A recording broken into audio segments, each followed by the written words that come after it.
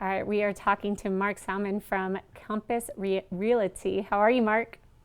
I'm doing well, Jasmine. How are you today? I'm good, thank you. So I understand that you attended the South Lake Tahoe City Council meeting regarding the revised VHR ordinance. So give us an idea of exactly what happened. Yeah. Yesterday was the city council meeting, and obviously this is something that's been hotly contested for a long time in town. And so they've been working since the lawsuit for about a year now on on an ordinance, which they had rolled out, but they've been contemplating revisions to that, and which had passed recently. But yesterday was the first reading.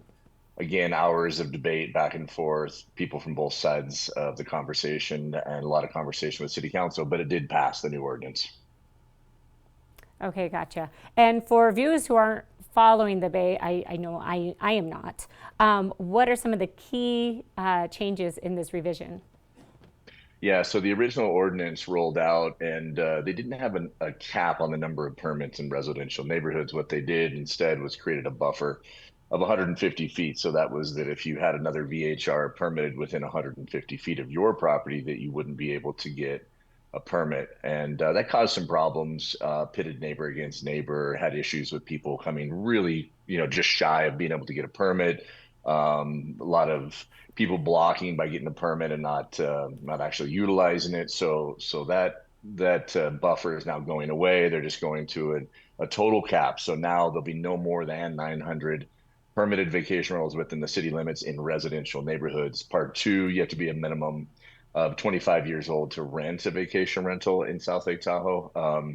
And then also now condos, attached or detached condos and townhomes will be allowed the right to get a permit, which was not on the table before. That'll relieve a lot of people from high HOA dues in the Tahoe Keys and other areas. And then the last part, it was that commercially zoned areas, mixed use, will be treated differently than residential neighborhoods, and they will be incorporated into the rules that are allowed in the tourist core area plan, which are a little different and won't apply to the total cap in residential areas. Gotcha. Okay, so lots of changes, seems Mhm. like. So some people argue that short-term rentals are like commercial businesses in residential neighborhoods. What would you say to that? Respectfully, they're incorrect on that, and I get it. Look, people are like you; they're looking for any angle possible to shut these down, and they can be a nuisance. But that's always been based on lack of enforcement at the city, and so I struggle with the fact that people consider long-term rentals not to be a business, but then short-term rentals are, and both have been long-term uses in residential neighborhoods for a long time. The difference too with long-term rentals is they're not scrutinized the same way when it comes to rules and regulations. You're not picking up a permit. Your parking situation is not limited. You don't have noise reading devices. You don't have health and safety inspections, things like that. Where short term are they're the most heavily regulated housing available. So people just need to consider that and realize that some of the noise they're hearing isn't always from short term, but long term as well.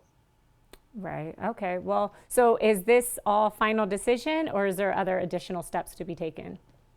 Yeah, I know we're running short on time. The second reading, which would be the final reading, is March 24th. And assuming that passes, which it looks to be on that course, then this will be rolled out and implemented at the end of April.